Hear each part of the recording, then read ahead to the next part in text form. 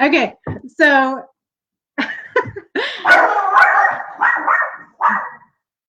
tonight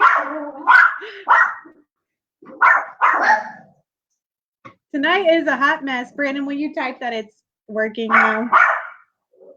Okay, so my dogs are going berserk. My technology isn't working right. I think it is back up and going. If you're here and you can hear me, give me a thumbs up so I know that I can keep going. Yeah, so maybe third time's a charm. Okay, Brandon verified that it is working now. So thanks for bearing with me. Adding a little bit of fun. The dogs are having a blast too. Okay, so I'm just going to give you the really fast version of all the stuff that I said. Hey, Carrie. Hey, Callie. I'm glad it's y'all that are in here because y'all are people that love me unconditionally. And Cindy, too. Yay. So yeah. Okay. Let me get back to what I was saying. So basically, the only thing I said when I had no sound was that I was wondering if anyone was using the planner that I talked about last week. And I was bragging about how I have been using my planner and I've been writing in my goals and I've been meeting my goals. So yay for me. Well, some of my goals. And I know some of you are also doing, like Carrie, you're doing your amazing with your meal prep and other things. So anyway, this week's blog post is about investing your time today so that in the future, like say 9 weeks from now, you won't be freaking out whenever it is time for report cards to be due. So anyone who has taught for any number of years knows that report card week is super stressful because you're hardly ever ready for your report cards to be submitted, your grades and stuff. You have kids that have late work or test grades that need to be redone. All of that kind of stuff can make it super stressful. So this week's blog is all about, pop it up here so you can see. This week's blog is all about planning ahead for your grades. And so there is a plan sheet that you can print out, and it has a version for 6 weeks and it has a version for 9 weeks. So it'll work however your grading system is set up. So you can print that out, and then it goes through the 3 simple steps that you'll take to plan out your whole quarter and be ready to go when report card day rolls around. So it's super easy. I have, let me pop up the actual form so I can show it to you. Let's see. Here it is. Okay. So it just looks like this. It has a planner and it has these little boxes right here. And so these boxes stand for your major grades and your daily grades. So before you start planning anything, look at your grading guidelines and determine how many major grades you have to have and how many daily grades you have to have. And then you want to take that number of placeholders and move them onto your planner. So we have to have 3 major grades. So I'm just going to go ahead and take 3 of those boxes and I'm going to spread them out so that I'm not having to give a major grade, 2 weeks in a row or real close. If you have a benchmark or something like that you can use as a major grade, just go ahead and put that where that benchmark needs to be taken. And then we have to have 9 daily grades. So then you can just kind of spread those out too. So try to do like 1 grade a week. That way you're never really overwhelmed by collecting your grades. Maybe on the days that you have a test, maybe you can not do a daily grade that week. Just kind of spread them out. That way you can assess the students on all the different topics that you're learning over the time. And then once you have it all kind of ready, then just print this. You can type all in this. If you want to do it all on the computer, go for it. But I don't like to do that when I'm planning. I like to be able to erase things and move things over, and something about handwriting. So hi, JC. Good to see you. I miss you. I hope I hope school's going good for you back. So maybe this is something, JC, you can share with your teachers, because you're probably having to deal with making sure all your teachers are turning in their report cards on time so that you can get them all verified and stuff.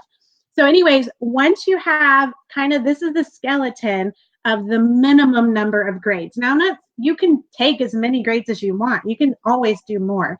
But if you don't plan to have your grades, it may catch you by surprise. And then it may be, like three weeks until the recording period is over and you realize like that you only have 2 grades in the grade book. So this planning will definitely cut out that stress later. So then once you just print it out, the second step would be, so that was kind of the first step. The second step would be, let's see, would be just to, let me pull it up real fast. Okay, so the second step is just to look at your pacing guide and then put what you'll be teaching across the 9 weeks. So I kind of did one myself, and I just put what would be taught all during the 9 weeks. And when you do that, it'll help you to see what things you can take a grade from. And that's step 3. Step 3 is just filling in all of those little placeholders with the grade that you want to take. So again, they don't have to be, life-shattering, awesome grades. You can get grades from lots of different things. You can get grades from notebook checks. You can get a grade from a recording sheet. If you have a Math Center station or an ELA station and the kids have to work through that station and there's some kind of recording sheet, that can become a grade. So once you have all of your topics on your planning page, you can just look down and see what you're going to be teaching that week and what is something you can use to assess that.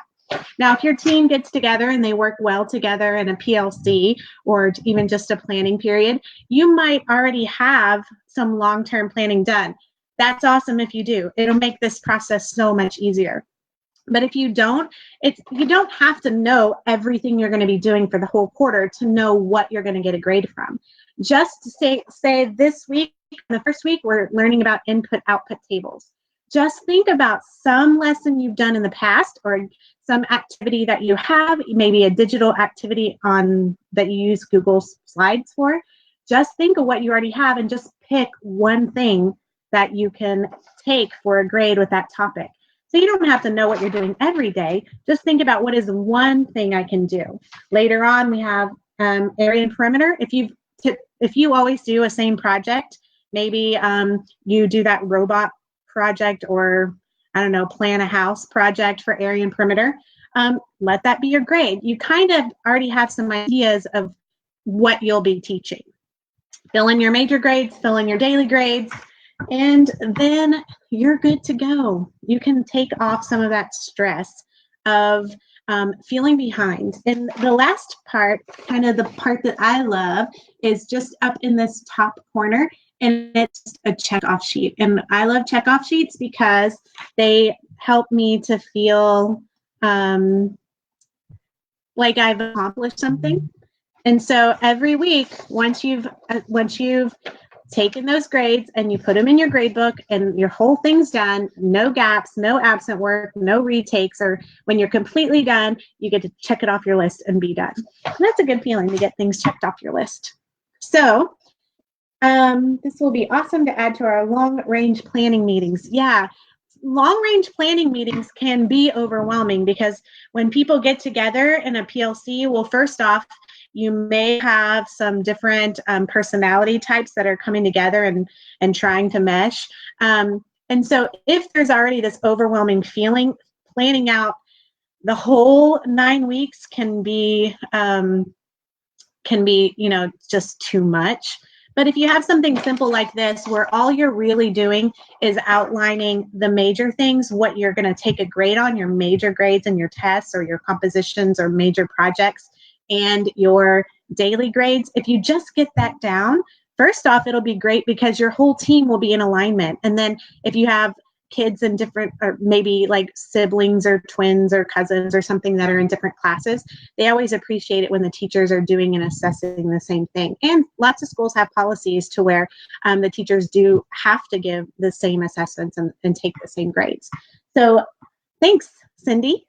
Maybe you can use it. That would be cool.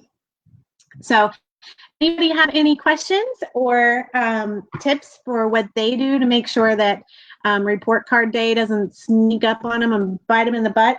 Then you can leave it in the comments or ask me. I'm available to answer any questions or just to give you my advice. I know makes it, yeah, and less overwhelming. So anyways, I know that that one thing when I was teaching, one thing I always tried to do was to save myself time and save myself stress, because there was always so much to do and there's always so much to feel overwhelmed about. So over the years, you start figuring out things that you can do to help relieve some of that stress. And things like this, planning, it helps relieve the stress because it helps you to go on autopilot. When you're coming into the class in the morning, you're not having to stop and think about what am I going to teach? What am I going to do today? What grade am I going to take? You already have kind of an outline of what you're going to do and what is going to be good assessment for your students to show their parents their growth and how they're mastering the curriculum. So anyways, thank you guys so much for watching tonight. It's a lot more fun when people are here, especially like people that you love and care about. And so thanks for bearing with my no sound issues. I have no idea what happened, but glad I got it fixed. And I will talk to all of you guys later. Bye.